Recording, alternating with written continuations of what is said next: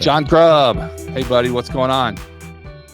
I am good. Lots is going on. That's the easy answer. But thanks for having me. It's good to see you. Good to see you. For those that are watching, my name's Klark Brown, Restoration Advisors, and this is my good friend Jon Grubb with United Restores. I was telling someone earlier this year, Jon, that if I had a brother, someone asked if I had any siblings, and I said, if I had a brother, it would be Jon Grubb. Now, Jon Grubb has a brother, and he might not want to share him, but just a lot of connectivity, a lot of late night texts that we have, even though we're a couple time zones apart. But Jon Grubb is owner of United Restores, which is a digital marketing agency, really PPC management, Google Ads, just a really, really well encompassed. We'll talk more about it, but digital marketing has obviously been in the restoration business long enough to know the ins and outs and stays on top of what it takes to get eyeballs to make your phone ring.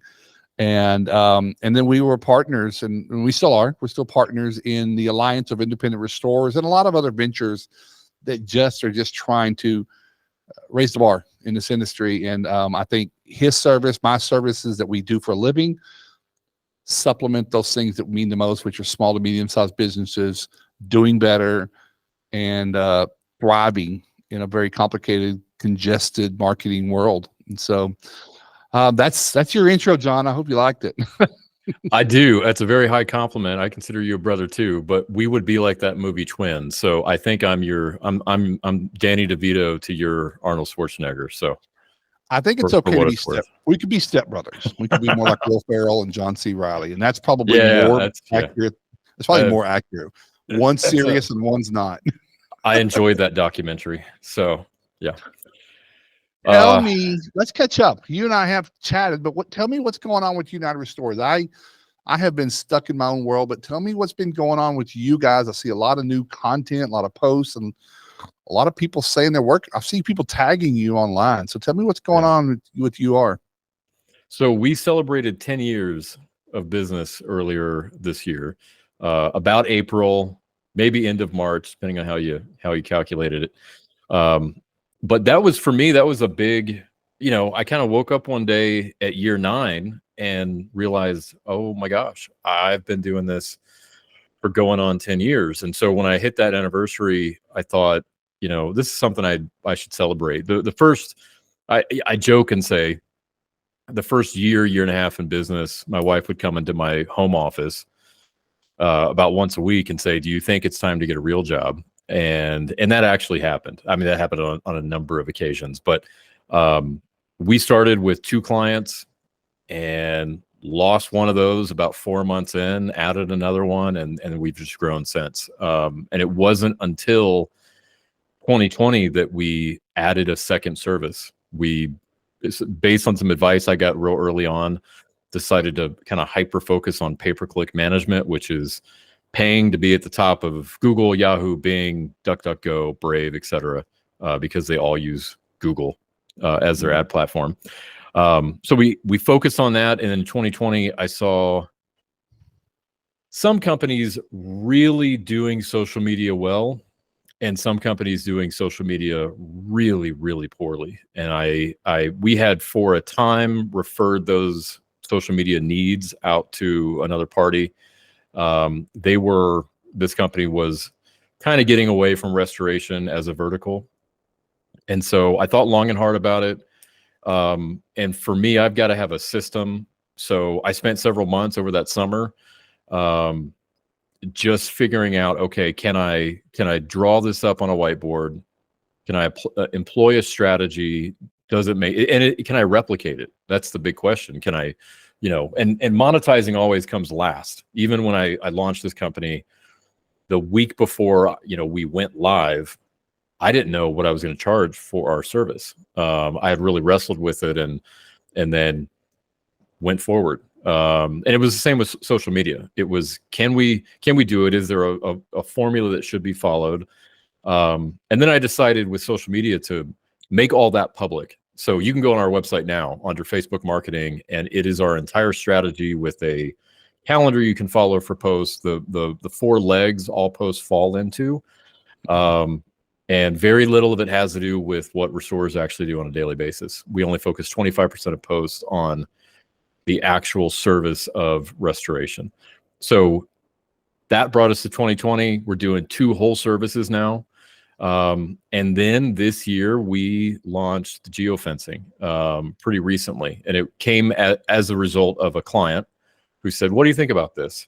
And I said, I'm familiar with it. I've looked into it. What we do is considered active advertising. And it is someone is in their home, they've got a water damage, they pull out their phone and they look for help, right? And so the ads that they see, that's a form of active advertising. Passive advertising doesn't always translate to emergency services. So when I have looked into different, how else can we generate, specifically water damage work, I always have that, well, is it active or passive? And from building a brand from that standpoint, passive is good. But the client that came to me had a very unique use case. And as I sort of chewed on that in the evenings and in the shower and laying in bed at night, I kind of had a light bulb moment and thought, okay, this is this can be pretty big. This is pretty revolutionary. And so went with a platform that I'd done a lot of research on, and we've launched it, and it's pretty awesome. Yeah, you shared a little bit of that with me, and then I went down the rabbit hole with it, and I'm just like, this is. And then the first thing I think I ask you is there anybody else doing this? And they're like, not for our space. And I love blue oceans, I love purple cows, but it has so much potential and so much. It ties into how the world operates with their smart devices and stuff like that. But go back for just a minute to the first part. I want to dive in a little bit more of that. You said 10 years. I always ask, does it feel like 10 years, or are you like, how has it been that quick? Or it feels like 15? Which one is it?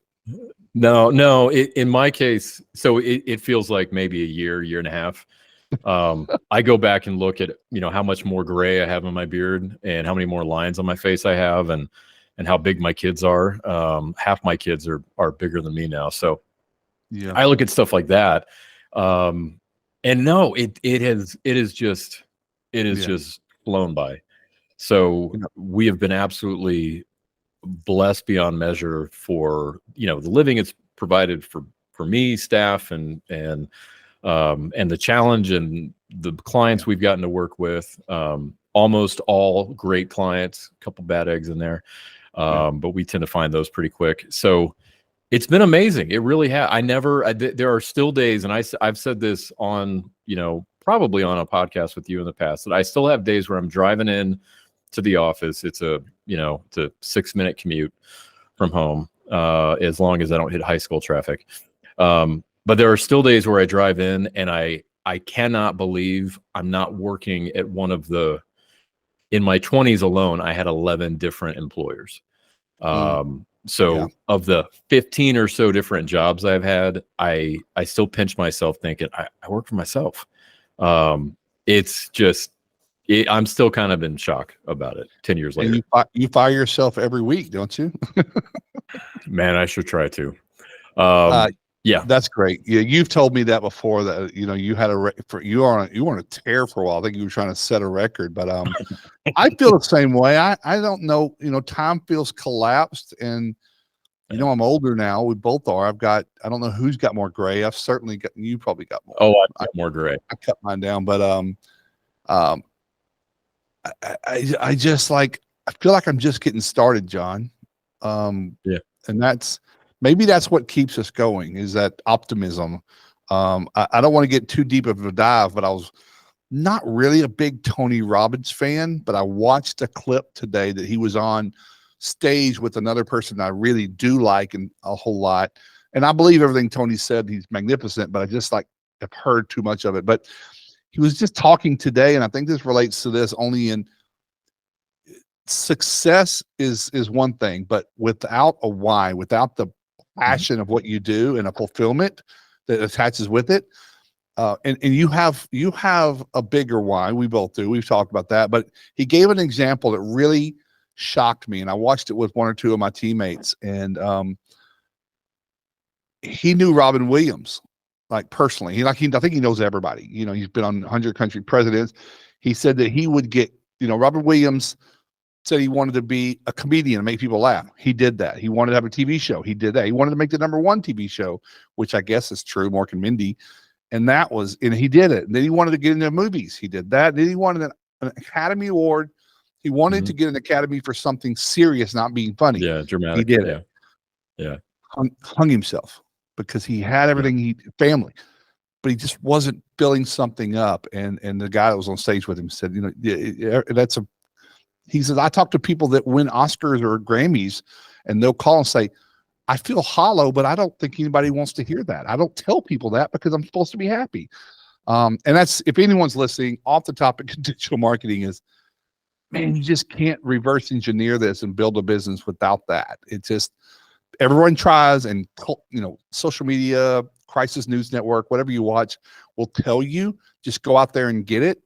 It doesn't work, and you'll spend a lot of time, energy, and money doing it. So, geofencing, I loved it. You were telling me about it. So break it down. I believe you've got 2 components. Break it down a little bit. Like, give me a use case, if that helps anyone resonate with what that story would sound like. Okay, so the client that reached out to me, he specifically wanted to target plumbers in his market. Okay. And you know me, I am against plumber referral programs, and we all know why. It becomes a bidding war. Is it the most ethical way of bringing in new business month after month? Well, you create a lot of temptation for plumbers. So when he approached me, he approached me with something where it's a passive form of advertising, which I've always kind of kept at arm's length because we're in emergency services, right? And then it's plumbers on top of that. So when I first read his email, my initial reaction was, no, of course not. We're not touching that. And then I started to think about it, and the reality is most restores are approaching plumbers anyway.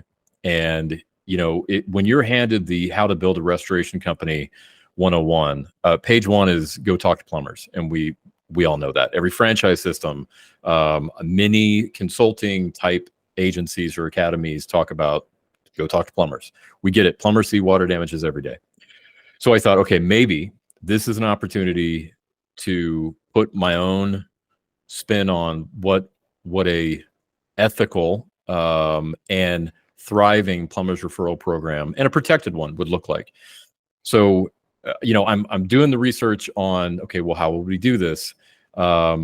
And the idea of geofencing is real simple. And first, this is nothing new. Geofencing has been around for a long time.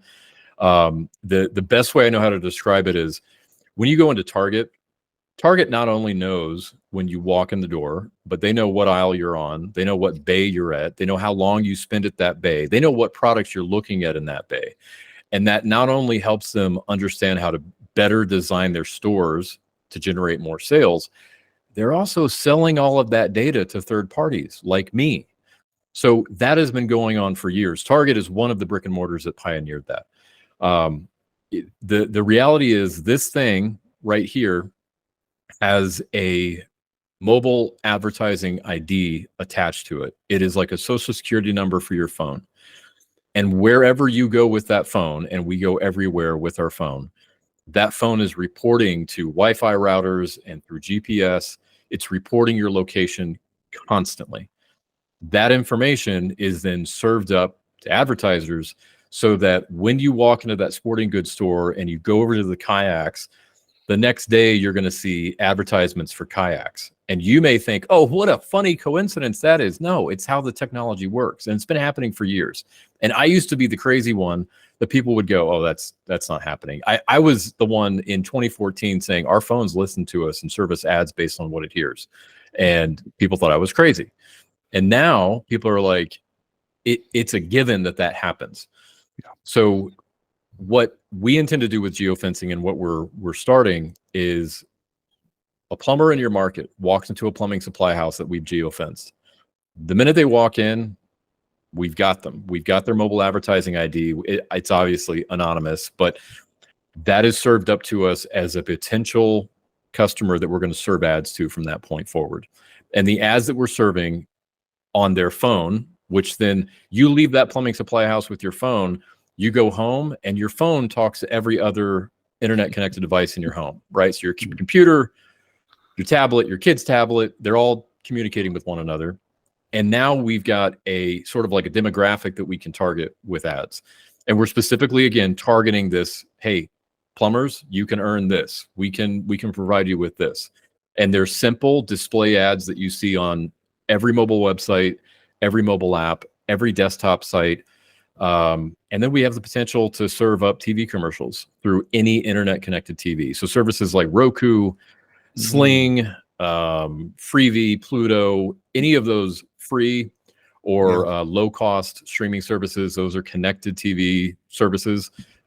We can run 30-second commercials there. So we've got one client that's produced the video, one that's shooting one next week, and a third non-restoration client that's going to be shooting one soon. We're actually going to help produce that for him, kind of as a test case.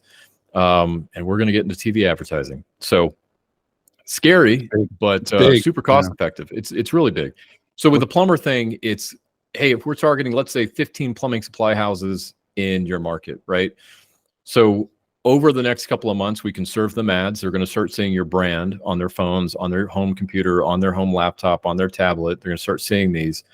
And maybe they click, maybe they don't, but they're seeing your brand over and over and over and over again. And it is super, super cheap to do that.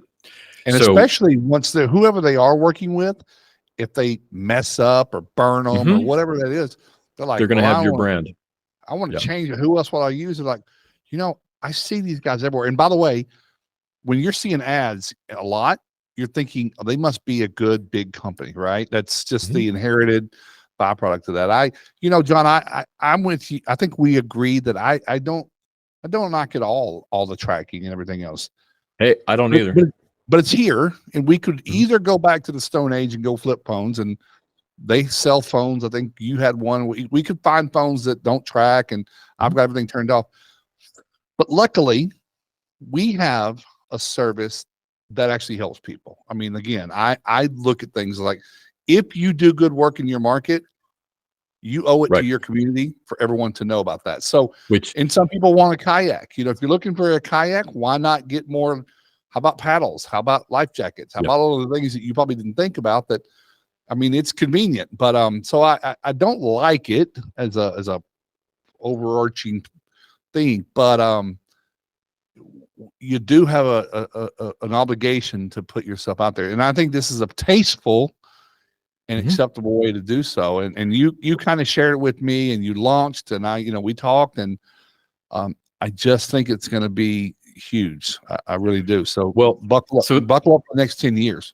I know. So this is a good segue into the second use case. And I'll say with use case number one, with local geofence targeted ads, plumber, that's the easy one.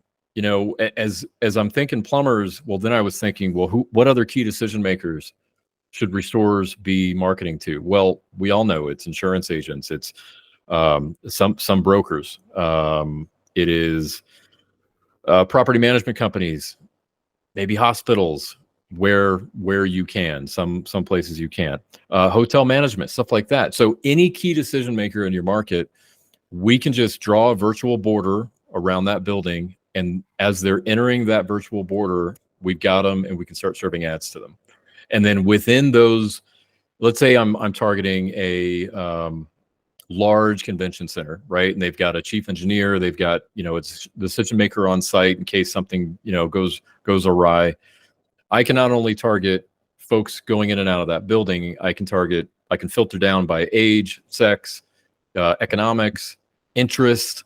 We can go real deep with the targeting. So again, nothing new. I wanted to read you a list of some companies that use this on a regular basis. Toyota, BMW, Goodwill, Coach, Ulta Beauty, Timberland, American Red Cross, McDonald's. So again, nothing new. This is what Fortune 50, Fortune 100 companies have been doing for a couple of years now. Okay, so use case number two, going back to it's here. Do we run from it? And literally, when I explained the service to one of my sons, my 19-year-old, several weeks ago, he said, "So wait a second, you're gonna use the technology that you hate and you're going to monetize it? And I said, absolutely. Absolutely. I'm going to do that. Cause I vent all the time about, Google and tracking and technology and overreach and things like that. So, here's the second use case. And here's why, frankly, the plumber thing, it is novel. I think it's revolutionary. This one gets me really excited. So catastrophic events. Normally with pay-per-click, what we have done for years, well, I'll tell you what we did for about 8 years. And then prior to that, in my previous job, we were doing the same thing. So we would target paid ads in search on the search results page. Usually we turn them on, a couple days before. And what we found pretty early on, probably by 2015 or so, folks they're not they're trying to get updates. They want to track the storm themselves, and they just click on the first thing they see, and it's a waste of money. So then we pivoted a little bit, and we started targeting right as the storm was hitting or right after. So if it's a big enough storm, we might wait a day or two until the storm has passed and maybe evacuation orders have lifted, and we're gonna get ads going. And then we kind of pivoted again and realized, okay, well, that way you might spend $20,000 in 3 or 4 days trying to target folks in the epicenter of where that storm made landfall. So instead it was, okay, there's a better way of doing this. Let's be very, very particular about the areas we're targeting. So I'll give you an example. Hurricane Harvey rolls through. I start looking at, was that Houston or Dallas? Remind me. Houston. Okay. So I start looking around the Houston area, trying to figure out, okay, huge, sprawling metro, right? I don't want to target the whole thing. That'll take hundreds of thousands of dollars to target. But I start looking on a map and I start seeing golf courses. And there's golf courses really clustered around Kingwood, Texas. And decided, okay, that looks pretty prime. And I started going through Zillow, looking at, housing prices and socioeconomic data through the census. Then I realized that's a pretty good area to target. We turned ads on there. We had a client got boots on the ground. He was personally on the ground on a Friday. He starts getting calls, and by Sunday he gets a call from an HOA president that says, "Can you come present to the residents of my community tonight?" And ends up getting the entire area. These are multi-million-dollar homes on a golf course. He spent a couple $100 because we knew when to turn them on and we knew when to turn them off, and we knew the areas to put those ads in, and only that area. So that's the old way, and granted, a very effective way of doing pay-per-click advertising after a cat event. With geofencing, I can take Kingwood and I can take all the communities around Kingwood and parts of greater Houston. And a week prior to the storm, I can begin serving them ads. And if that storm's big and there's evacuation orders and folks start heading up the interstates, I can then target hotels along those interstates where they're most likely going to be evacuating to. So an hour from home, 2 hours from home. And in the old way that I advocated for years is, as you're driving into town, stop at hotels and drop off flyers. Now we're just doing it digitally. We're putting a flyer in their pocket that they're going to see every time they open their phone. And again, we're doing that for pennies of what you can do with a pay-per-click ad. Right. So for cat events, we're leveraging geofencing targeting technology to go in and saturate an area. And again, if I'm targeting an area, I can specify age ranges, income ranges. We can really drill down to the type of client that we're looking for, that we do, the best work with, and spend a couple $100 and send out thousands upon thousands of ads to these folks. That part is the most exciting, because you and I both know every event, just like the one we had last week in Florida, every event of any kind of magnitude, wolves start coming into the market, or, there's blood in the water and the sharks are about to descend. I know that's going to happen. I would much rather have my clients who I vetted, I built a relationship with, who I know their reputation. I'd much rather have them going into these areas and gobbling up a lot of homes than somebody else who's going to come in and scam people and jet. I don't like that at all. So that's why I am so excited. It's an entirely new way for us to target folks that have been through a CAT event. So what I just learned is if I were to tell someone that's going to watch this video and I know they're ADD, fast forward to minute number 16, because you just dropped the Hiroshima, the Oppenheimer. So, and you also just kind of shared openly how much it's not just sitting in front of a computer targeting an area that looks like it might be. You profiled it with golf courses, which is a logical stereotypical place, and then the path, and I mean, that I honestly didn't know you did all that. I mean, I think this, I don't know how anybody could not be using this technology. And I mean, listen, we always look for an advantage, and unfortunately it's not getting another plumber is not the advantage. It's thinking about what someone else isn't doing and start doing that while they're sleeping at night and wondering how they're going to collect their next check. I mean, I think that's, wow. I mean, that's really, really, really, really big. And so we just had a small little, I say small, there were some people. For some people, yeah. I don't want to minimalize it, but we did not have a catastrophic event. It was just right. pretty good. Did you deploy that then, or is it still early, or did you? No. Did you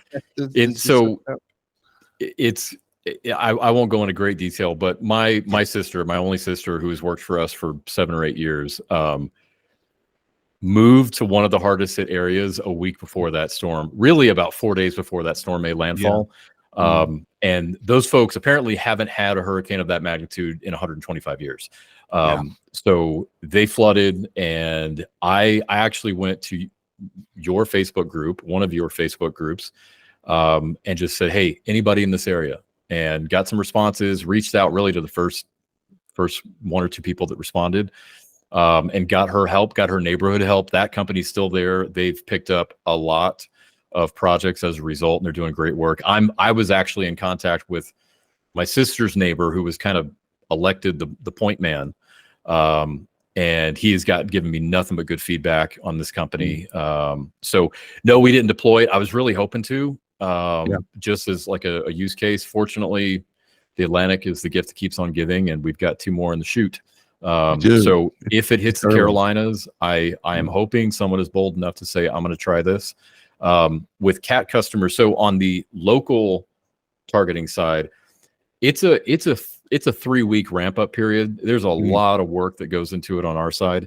On the CAT side, it's easier to deploy, but we also give priority deployment to those customers. What's the word I'm looking for? They take priority. So we can launch those in 1 to 2 days. And same with pay-per-click. We've done storm chasing pay-per-click, as a separate thing from our normal month-to-month stuff for years now. But we can turn it on. Yes, you are paying for it. It's a one-time setup fee, no monthly management fee for the CAT stuff, and get it going in a day or 2. And I'm hoping someone tries it with this next storm. So that would be a good case study in validation. Can you target so deep that it targets people that don't have State Farm? I'm probably going to get canceled for saying that. I only want houses with people with good insurance. If there is a good insurance company, I would like them to be. No, I'm teasing, of course. I'm sure there is a good insurance company somewhere. They don't make it easy. I haven't found them yet. Yeah. I don't recommend anyone like I do you. So I know I just got kicked off my homeowner's policy. They got out of the business completely. And so that forced me to shop for a new one, who will probably continue to do business in the residential space for another year or 2 before they leave. So I'm not a huge fan of that brand either. But I just think it's an interesting business model. And I mean, you and I have seen so many things happen, that's never talked about, and it rivals things that are criminal. I mean, there are certainly criminal activities that happen on all sides, but I've seen some things that are legislatively, this is not what this call's about, but legislation protects some of their activities just because of influence they have in lobbies. So it's a whole other thing. I certainly want to keep this upbeat, and I love geotagging. I would love to probably, John, we're recording this in the late summer of 2023. I'm going to make a mental note that like in the spring of next year, let's do a follow-up and see what we've learned and see some use cases and how it's morphed and created the opportunity. Because I think that would be a great 1 and 2 part thing to see, because it's just something. And listen, you start doing it, you're successful, you're going to get ripped off. But the way I look at people that rip me off is I'm going to be so far ahead that they're just picking up my crumbs of what I did years ago. Yeah. So, and I expect it. It's, even in the pay-per-click ad space, obviously, I mean, we've got competitors, but I'm almost flattered when folks, I've seen copy that I've personally written years ago on websites. same. And I'm kind of flattered by it. Like, I know it works. And so, okay, you want to steal it? That's fine. And listen, here's how I look at it, John. And then I look at other consultants, coaches, whatever we all are. Take the exact things that I said and use it as your own, because I don't have a trademark on most ideas. Yeah. But ultimately, I want to see people successful. So if they ultimately give it to another restorer who actually turns that into success and builds a business of the dreams, then I'm still winning and I'm okay with it. And then I internally know, but I'm not big. I only have one trademark to my name, and that's not one of them. So, anyway, let's wrap up and tell me let's go back from the nuclear bomb of geotagging and talk back about PPC. That's obviously still very relevant. Lots and lots and lots of changes in that. I certainly only see it from a periphery about a lot of talk about that. AI is a big thing. Is there anything that you can leave us with that people need to keep in mind as here we are, like I said, 2023 in the Google ad space business? Is there anything revolutionary or warnings that you can give somebody some value? Yeah. So Google has been trying to put me out of business for 10 years. They've made it easier and easier and easier, finger quotes, to for anybody to create an ad account. They will write ads for you. They will A/B test. It's all the algorithm, right? The one thing that Google refuses to give us is the ability to say, hey, turn my ads off at X. Whether that's a date, an amount spent, they refuse to give us that. Can they do it? Of course, but they don't want to, because Google is not a search company. They're an ad platform. They are. And they exist to make Google money. Not you. They don't care about your return. They say they do, but they don't. They want retention and revenue. So, I was talking with a customer the other day and talking about Tori, my sister, who works for us and who came on. Literally, the first thing she did was simply watch the spins of these accounts throughout the day, and then pause them manually. It's a manual click that she has to do to pause them so that we don't go over the budget the client has set for us. And he made the comment like, well, can't you automate that? And I said, no. I mean, that's why I employ her. That's why I initially, she does 100 different things now for us, but that's literally why I reached out and said, I need someone I can trust. I'm giving them the keys to our business, but I need someone attentive who can help me control this, because Google doesn't give us that functionality. So what I have noticed when we sent out the announcement of geofencing as a service to existing clients, I gave them about a 2.5 week notice. So they knew about it before it ever went public. And what I noticed was the clients of ours under 40 were the ones that reached out. Yeah. And the ones under 35 reached out within 30 minutes. The guys over that, yeah, I've heard it. I don't really know how it works, and so it is very, very tempting for a young restoration company with obviously young ownership to try to do this in-house, any kind of digital advertising and marketing. The problem is Google is not your friend. Google does not care about your advertising budget like you do, or like a competent firm will. Be careful with trying to save some bucks and doing things yourself, because again, these platforms are designed to make the platform money, not you money. So that's a danger with a younger, average ownership. And these guys were raised in the digital world. You and I are analog/digital folks. So that stuff comes more naturally to them, but you cannot, it's the meme we put out as part of our advertising. You are not ABC restoration and digital marketing and advertising. Right. So that's probably the biggest thing on the pay-per-click side, is just be careful. These platforms exist to make the platform money, and you really need a competent firm to manage that for you. I'm sorry, that's how it works. Just like I'm not going to represent myself in court, right? I'm going to hire an expert. Right. And I think that's sound advice. I use the same approach to a lot of things, and I let your customer know that you're really great at kind of one things and maybe a few associated things, like you might do water and fire, but mold is part of that. Trauma obviously is an easy bolt on. But if you all of a sudden say that you are a insurance agent as well, all of a sudden you've really confused the whole situation, and you're going to do all your own. And by the way, John, you don't need to even say this, but I've watched people try to do their own ads and stuff. Oh yeah. With horrible results, and call me and ask me, I've messed up, spent too much money, a lot of money, whatever, attracted the wrong customers. I'm getting all the iPhone water damage people in the world.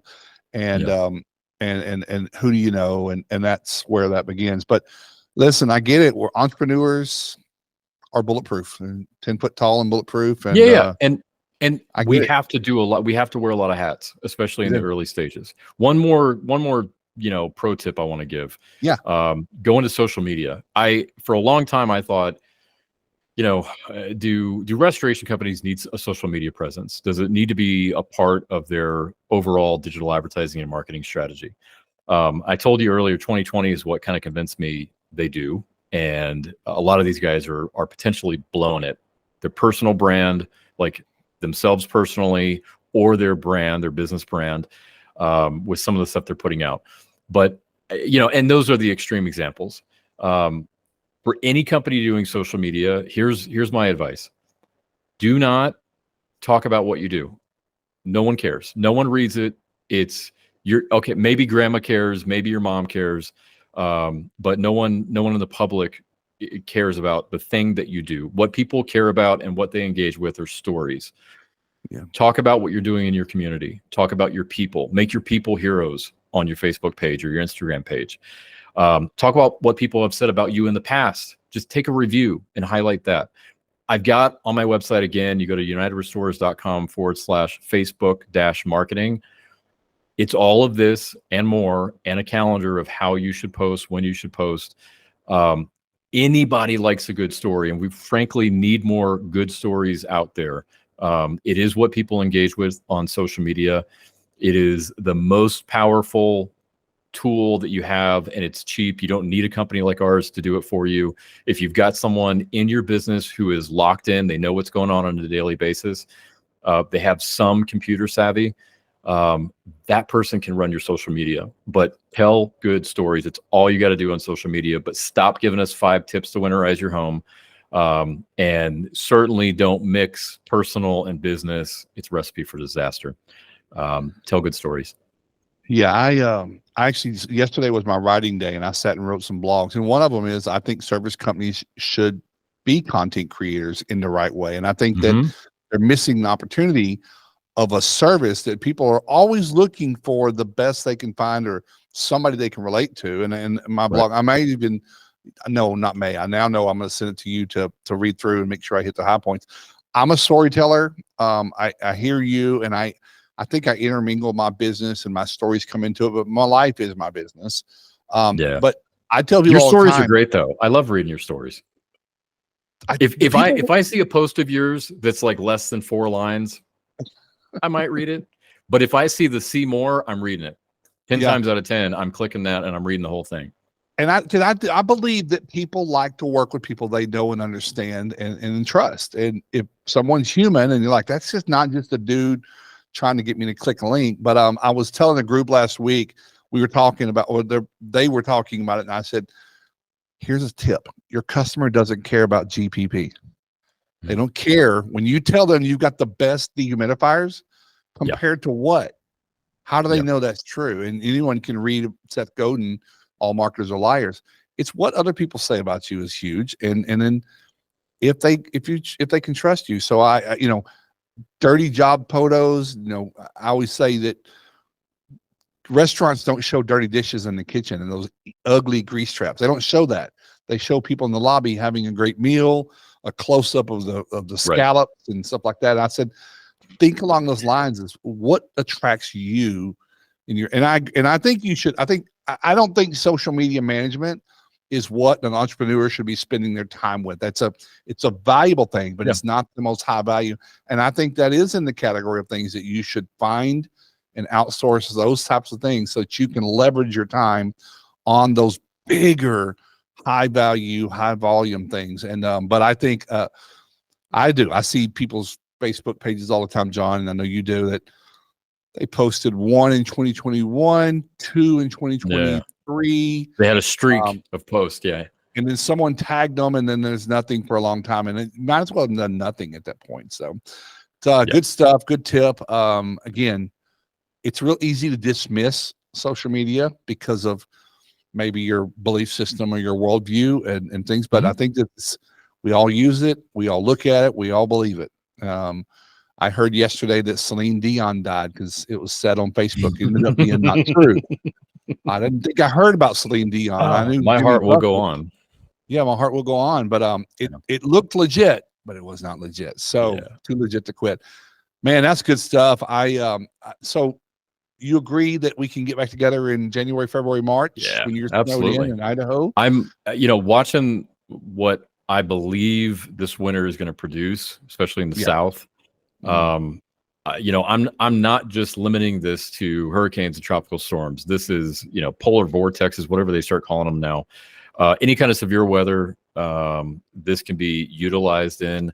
And so I think if this hurricane season doesn't produce the number of hurricanes that we think it will, or the severity of the season, I think we'll be able to use it specifically in this use case during the winter. I think we're going to have, kind of like last year, an earlier winter, very severe, and because it's an El Nino season, I think the South is going to see some really, really chilly temps. So that means pipes bursting potentially, and I would love to deploy this there. So that's a ripe audience. That geofencing during that vortex in Dallas a couple of years ago would have been incredible. I was there, but so summarize, close the thing down. 2 things, I think, and in the link or in the description below, let's put a link to the marketing page where they can get that resource that you put openly on your website so you can go directly. And then the other is whether or not you're working with someone or you're not really putting a lot of time and energy into pay-per-click. I know John doesn't charge for his phone calls to discuss it. I try to get time on his calendar, and he's like, I've got calls with people trying to figure things out. And so just give yourself space to check it out. Make sure that you're not paying plumbers $1,500 when you could be paying marginally huge amounts less in a more strategic way. That is long term. They will be your customers that found you. They'll feel ownership with it, right? And that's key. Yeah, my approach, if you're going to do a plumber's referral program, which again, the best plumber referral program is just acquiring a plumbing company, and then you don't have to do as much pay-per-click marketing after that.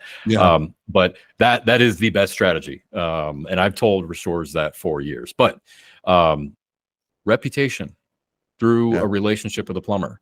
Stake that, build that relationship based on your reputation and their reputation. Watch both brands grow as a result. If you look at your plumbers, rather, the plumbing relationship that most restorers have is very transactional, and it shouldn't be that way. You should be partnering with brands you trust, people you trust, who have a reputation that is rock solid, and that the relationship between the two of you should be staking your reputation along with theirs, serving the customer. That's the right way of doing it. So I love it. Yeah. I love it. John, it was great catching up with you. Appreciate your time. Let's hope to see you soon. I mean, I think we I haven't done a lot of trade shows. You don't really do a lot of those things, but maybe we can find an excuse to meet somewhere in the next 12 months. But otherwise, Yes. we have this. So appreciate it. If anybody wants to reach out, check the links, check out how to leverage these tools for your market, and just win the game. If you're doing the hard work, you might as well get paid to do it. So Yep. appreciate it. Take it, John. All right. Thank you, Clark.